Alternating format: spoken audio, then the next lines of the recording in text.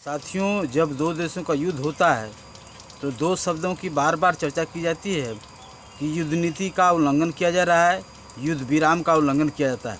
तो साथियों, अगर दोनों देश युद्ध के पहले अगर जो नियम कानून बनाए गए हैं वो अगर मानते या लागू करते तो युद्ध होने की कोई संभावना ही नहीं होती।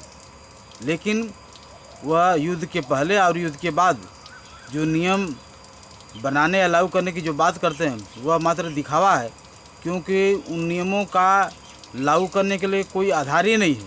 इस पूंजीवादी व्यवस्था में जो भी कोई नियम कानून बनाते हैं उसके आधार मौजूद नहीं होते हैं, फिर कानून की राज की बात करते हैं। यह कैसे संभव हो सकता है? तो साथियों, इस पूंजीवादी व्यवस्था में कानून तो बना दिया जाता है लेकिन लागू नहीं किया जाता है, और लागू नहीं किया जाता है इसके लिए इनको कभी उनको दोष दिया जाता है। लेकिन वास्तविक अगर कारण है तो वह है इस पूंजीवादी साम्राज्यवादी व्यवस्था के आधार, जो उन बनाए गए नियम कानून को लागू नहीं किया सकता है। साथियों, कह तो दिया जाता है कि कानून का राज है, लेकिन कानून का राज इस पूंजीवादी व्यवस्था में स्थापित हो ही नहीं सकता है, क्योंकि यह पूंजीवादी व्यवस्था है। यहाँ पूंजी का राज चलता है, कानून पर पूंजी का राज चलता है।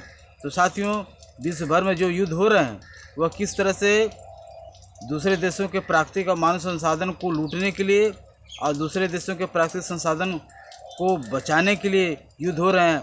आप देख रहे हैं किस तरह से युद्ध में सारे देशों के संसाधन एक दूसरे के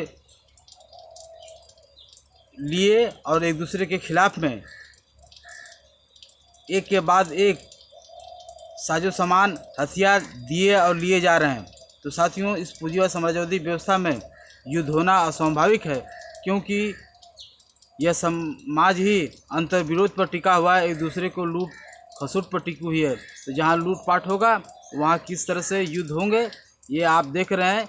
दो विश्व युद्ध लड़ेंगे, उसके बाद कई देश आपस में लड़े।